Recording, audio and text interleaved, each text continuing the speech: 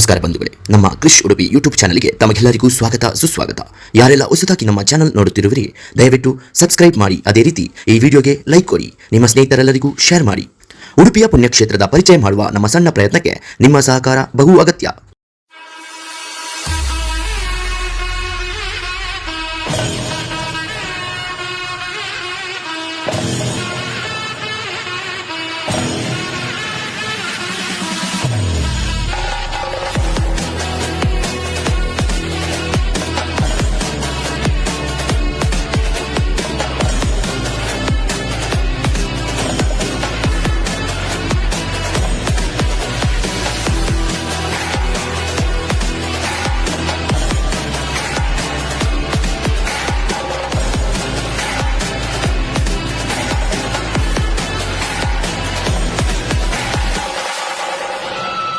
ಶ್ರೀ ಶಾರದೋತ್ಸವ ಸಮಿತಿ ಉಡುಪಿ ಹಾಗೂ ಪರ್ಯಾಯ ಶ್ರೀ ಪುತ್ತಿಗೆ ಮಠ ಶ್ರೀ ಕೃಷ್ಣ ಮಠದ ಆಶ್ರಯದಲ್ಲಿ ಉಡುಪಿ ದಸರಾ ಕಾರ್ಯಕ್ರಮ ಇವತ್ತಿನಿಂದ ಪ್ರಾರಂಭಗೊಂಡಿದೆ.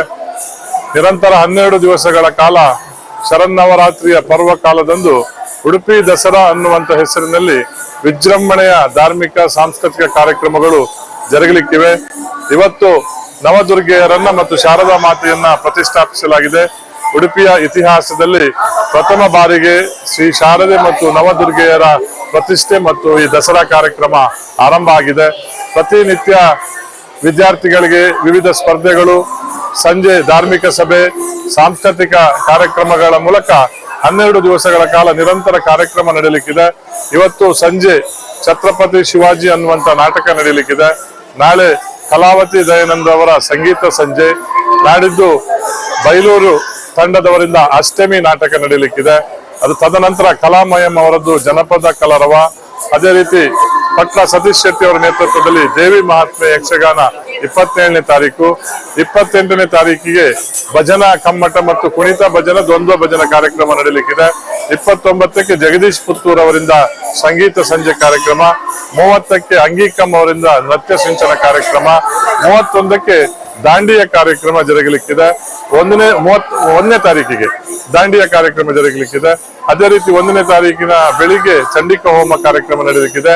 2ನೇ ತಾರೀಕಿನಂದು ಕೃಷ್ಣ ಮಠದ ಪ್ರಾಯೋಜಕತ್ವದಲ್ಲಿ 2ನೇ ತಾರೀಕು ಸಂಜೆ ವಿದ್ಯಾಭೂಷಣರಿಂದ ದಾಸರ ಪದಗಳು ಮತ್ತು ಭಕ್ತಿಗೀತೆಗಳ ಭವ್ಯ ಅಭೂತಪೂರ್ವವಾದಂತಹ ಸಂಗೀತ ಸಂಜೆ ಕಾರ್ಯಕ್ರಮ ಜರುಗಲಿಕ್ಕಿದೆ. 3ನೇ ತಾರೀಕಿನ ಸಂಜೆ 4 ಗಂಟೆಗೆ ಕೃಷ್ಣ ಮಠದಿಂದ ಸಮುದ್ರ ತೀರದವರೆಗೆ ಭವ್ಯ ಶೋಭಾಯಾತ್ರೆ ಸಾಗಿ ಹೋಗಲಿಕ್ಕಿದೆ. ಸಮುದ್ರ ತೀರದಲ್ಲಿ ಶಾರದಾ ಮಾತೆ ಮತ್ತು ನವದುರ್ಗೆಯರ ವಿಗ್ರಹಗಳನ್ನ ಜಲಸ್ತಂಭನಗೊಳಿಸಲಿಕ್ಕಾಗ್ತದೆ.